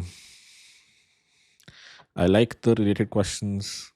I like that I click on it and it just happens. And I like the sources here as well. The only difference is sources should probably get streamed first, no? Since we already have them before the LLM response. And then lastly, we need a separate tab for sources that the user can click on. I think these are the four, functional issues to fix. And then there are a bunch of visual issues. I don't know if I love how it looks right now. A lot of, as you can tell, small things that look really broken. Refresh. Yeah. If you close the sidebar, you can't open it. That's one. I don't know how it's implemented sidebar with it. I don't think it's used shared CN, which it should have. Also, did I ask two questions? Or did it consider a follow-up question to be a new conversation? Might be a bug. But log out. Yeah, there's something up, right? There's this weird line that, I don't know. Should be fixable though. Log in with GitHub. I'm able to log in. Come over here, do this thing. The UI just sort of breaks the appeal of what we've done. I think, fuck. My camera wasn't there, but it's back now. What I was saying was the UI sort of breaks the appeal and the effort that we've put in building this from scratch because it, just is very obviously vibe coded. So I would fix that. Other than that, I don't really hate everything else. I think functionally it seems to work. Web is by default, right? Attach does nothing because we don't have this functionality yet. And, write some Rust code. If I do this, it does work. But yeah, I'd change a few things here, which Hopefully this guy does here. And then after this guy's done, I'll do one last demo, then we'll call it. So I'll see you guys in a few more minutes.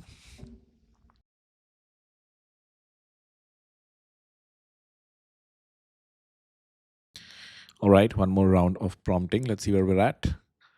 Website looks decent. I forgot what we asked it to fix, but a few things. Let's do a smaller one. Let's do that. Compare React server component versus Remix. Sources don't appear immediately when they should have. Auto scroll doesn't stop when I scroll up, which is now another issue. And the rendering isn't great, honestly. Yeah, something's up with sources though. They were appearing correctly before, don't anymore. And this UI, I don't know, it's like some design pattern or whatever. But I have to say I don't really love it. The sidebar issue seems fixed, but still doesn't open. So a bunch of things to fix. I'll push the issue on GitHub or the code to GitHub, but I don't know if you want to work through this. I think it's very easy to write code these days. So probably write this one from scratch if you do want to build this as a project. Cool. I think that sort of wraps up the video. Hopefully you learned something new. I think the primary thing to learn here was this, stack that you've probably used in some form of fashion. Like Supabase is probably the backend and the database you're using if you're vibe coding. How it actually works under the hood. Hopefully you learned something about that. I do want to make 2 more videos on the same topic. So if you have ideas around what parts of Supabase we should touch, let me know.